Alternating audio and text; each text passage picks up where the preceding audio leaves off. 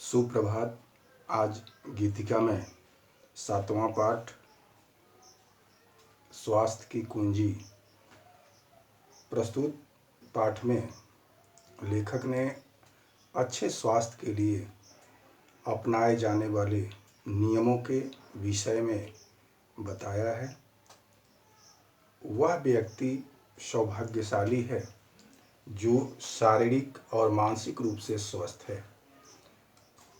ऐसा व्यक्ति स्वयं सुखी रहने के साथ साथ दूसरों को भी सुखी जीवन की राह दिखाता है। इस पाठ में ऐसे ही एक व्यक्ति के अनुभव का वर्णन किया गया है। आइए इस पाठ को, स्वास्थ्य की कुंजी पाठ को पढ़ा जाए, समझा जाए। एक बुजुर्ग 80 पार कर चुके थे, पर उनमें वही ताजगी, वही जिंदादिली और वही उत्साह दिखाई देता था जो 30 वर्ष पहले था। 30 वर्ष पहले मैं उनके संपर्क में आया था और तब में, और यदि कोई अंतर था तो यही था कि उनके बालों में कानों के पास सफ़ेदी आ गई थी। उधर मैं जो अभी 50 तक भी नहीं पहुंचा, उनके मुकाबले कमज़ोर और बूढ़ा दिखाई देता था। वैसे मैं कोई अपवाद न था। मेरे प्रायः सभी संगी साथी बुढ़ापे की दहलीज पर पहुंच गए थे। किसी के दांत गायब तो किसी की आंख पर मोटी ऐनक, किसी की तोंद निकल आई थी तो किसी की कमर झुक गई थी। हाँ, अपवाद यदि कोई था तो वे बुजुर्ग थे। सच तो यह है कि उनसे भेंट होते ही मन एक हीन भावना से भर उठता था। एक दिन मैं उनकी दुकान के सामने से बचकर निकल रहा था। उन्होंने आवाज़ दी तो सकुचाता सा उनके पास जा बैठा। उन्होंने बड़े प्रेम से घर के हालचाल पूछे, व्यापार की जानकारी ली और पिछले दिनों की भूली बिसरी यादें ताज़ा की। इसी बीच मैं कुछ सहज हो आया। मन की हीन भावना उनकी स्नेह वर्षा में धूल हो गई।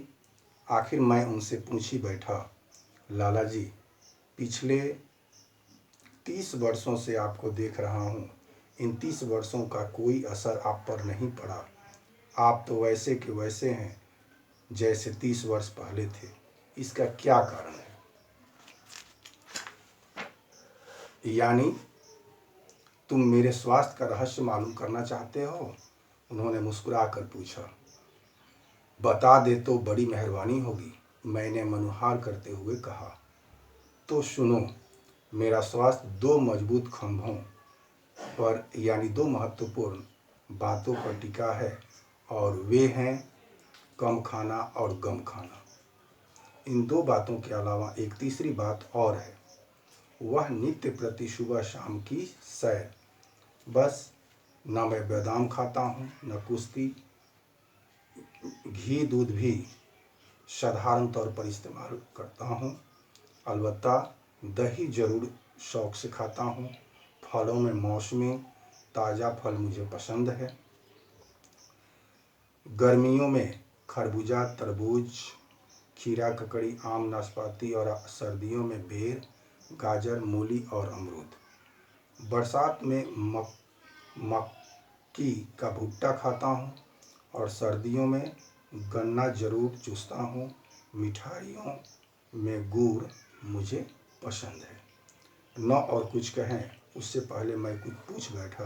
खाने पीने की बात तो मैं समझ गया, पर कम खाने और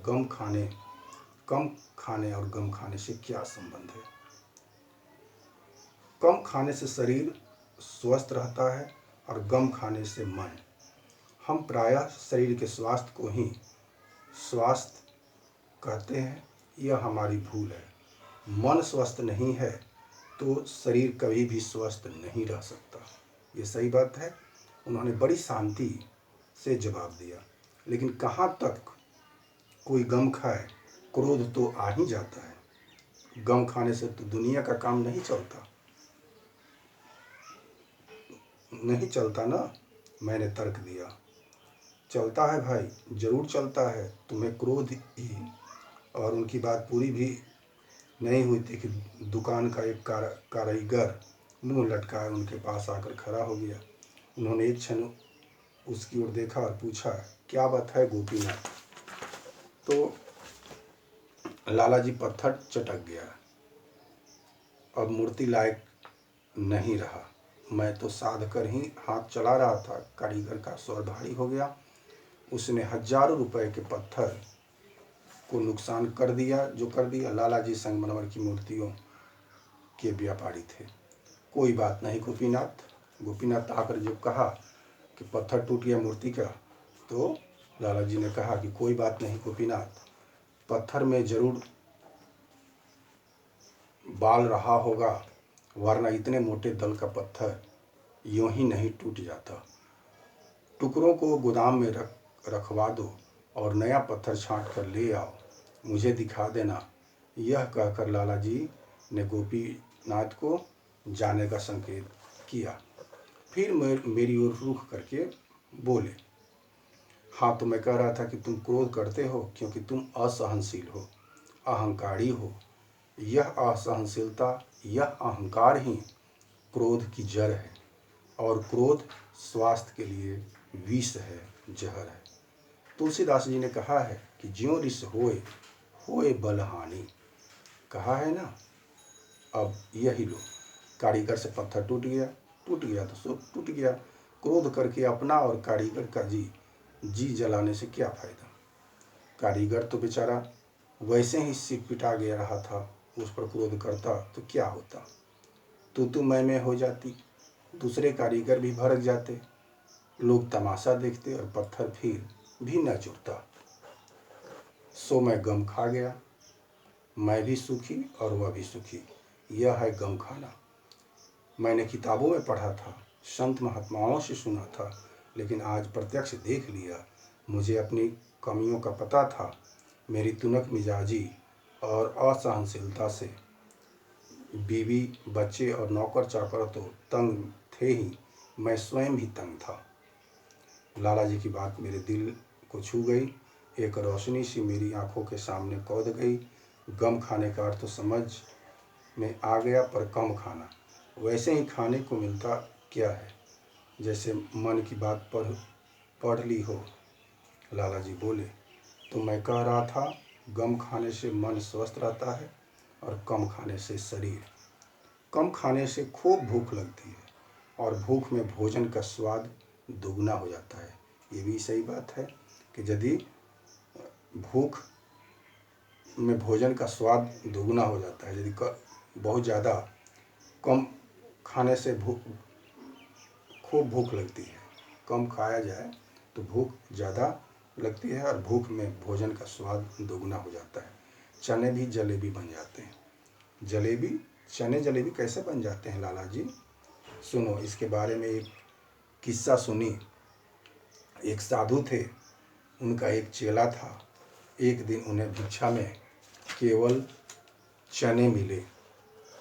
चेला था खाने का शौकीन और भूख का कमज़ोर। बड़बड़ाने लगा। साधु ने कहा, बेटा आज चने मिले हैं तो चने ही सही, और अगर तुझे जलेबी की इच्छा है तो मैं इन चनों को ही जलेबी बना दूंगा। चेले को और क्या चाहिए था, बोला, फिर जलेबी ही बना दो बाबा। साधु ने कहा, खूब कुछ देर लगेगी।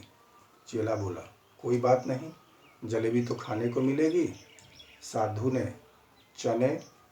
चनों को ढक कर रख दिया और पूजा करने के लिए बैठ गए।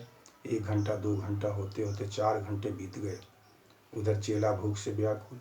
आखिर जब नहीं रुका गया तो बोला, महाराज चने जलेबी नहीं तो मुझे तो चने ही दे दो, बहुत भूख लगी है। गुरु ने कहा, कोई बात नहीं, ले ले चना और खा ले। तो थोड़ी देर और रुकता तो जलेबी बन जाते। चेले ने चने ले लिए और अधीरतापूर्वक उन्हें हाँकने लगा। चने खाते खाते बोला, महाराज महाराज भाड़ में गई जलेबी, मुझे तो चने ही जलेबी लग रहे हैं। साधु बोले और हंसे, बेटा इसी तरह तो चने जलेबी बनते हैं। चेले की समझ में बात आ गई हो या न आई हो, मेरी समझ में लाला जी की बात आ गई। मेरी समझ में उनके उत्तम स्वास्थ्य का रहस्य आ गया। जैसे किसी खजाने की कुंजी मिल गई हो, वैसे काफ़ी देर हो चुकी थी, अब क्या संभलता। पर इंसान दृढ़ निश्चय कर ले तो कुछ भी असंभव नहीं है। इतने दिनों तक लाला जी से कतराते रहने का भी भारी पश्चाताप हुआ, पर अब उनके पास जब तब आने का संकल्प मन में ले लिए, उन्हें नमस्कार करके आ गया। लाला जी की संगति का असर मुझ पर पड़ने लगा। कम खाने का तो अभ्यास हो गया और उससे लाभ भी हुआ है, लेकिन गम खाना तो तलवार की धार पर चलने जैसा कठिन काम है। वैसे निरंतर सावधान रहने और प्रयास करते रहने पर यह भी असंभव नहीं है। तो ये पाठ में यही दिखाया गया कि कम खाना और गम खाना, इसी पर प्रकाश डाला गया है। तो इसमें लेखक गम और कम के माध्यम से स्वस्थ रहने का संदेश दिया है। यह तो प्रमाणित है कि स्वस्थ शरीर में ही स्वस्थ मन का वास होता है। सुबह शाम की सैर करना स्वास्थ्य के लिए प्रभावकारी गुण है, जो प्रत्येक व्यक्ति को जीवन के प्रति सौभाग्यशाली बनाता है। इसलिए किसी ने सच कहा है कि स्वास्थ्य ही धन है।